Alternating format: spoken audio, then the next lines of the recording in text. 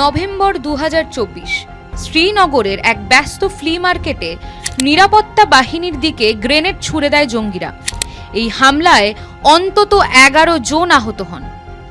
October 2024 একটি tunnel নির্মাণস্থলের কাছে 6 জন শ্রমিক এবং এক চিকিৎসককে গুলি করে হত্যা করে জঙ্গিরা। এই হামলার দায়ও স্বীকার করেছিল টিআরএফ, দ্য রেজিস্ট্যান্স ফ্রন্ট।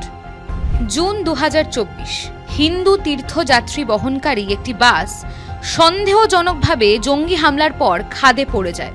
এতে অন্তত 9 জন মারা যান এবং 33 জন আহত হন।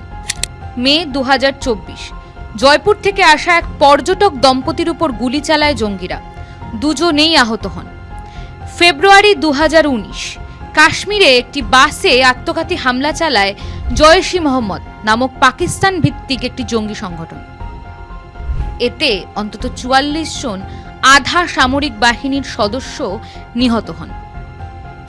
জুলাই 2017 অমরনাথ তীর্থ থেকে ফেরার পথে হিন্দু তীর্থযাত্রী বহনকারী একটি বাস জঙ্গিদের হামলার সময় গুলির মধ্যে পড়ে, নিহত 7 জন। সেপ্টেম্বর 2016 পাকিস্তান সীমান্তের কাছাকাছি উড়ি সেনাঘাঁটিতে এক বড়সড় হামলায় অন্তত 17 জন ভারতীয় সেনা নিহত হন।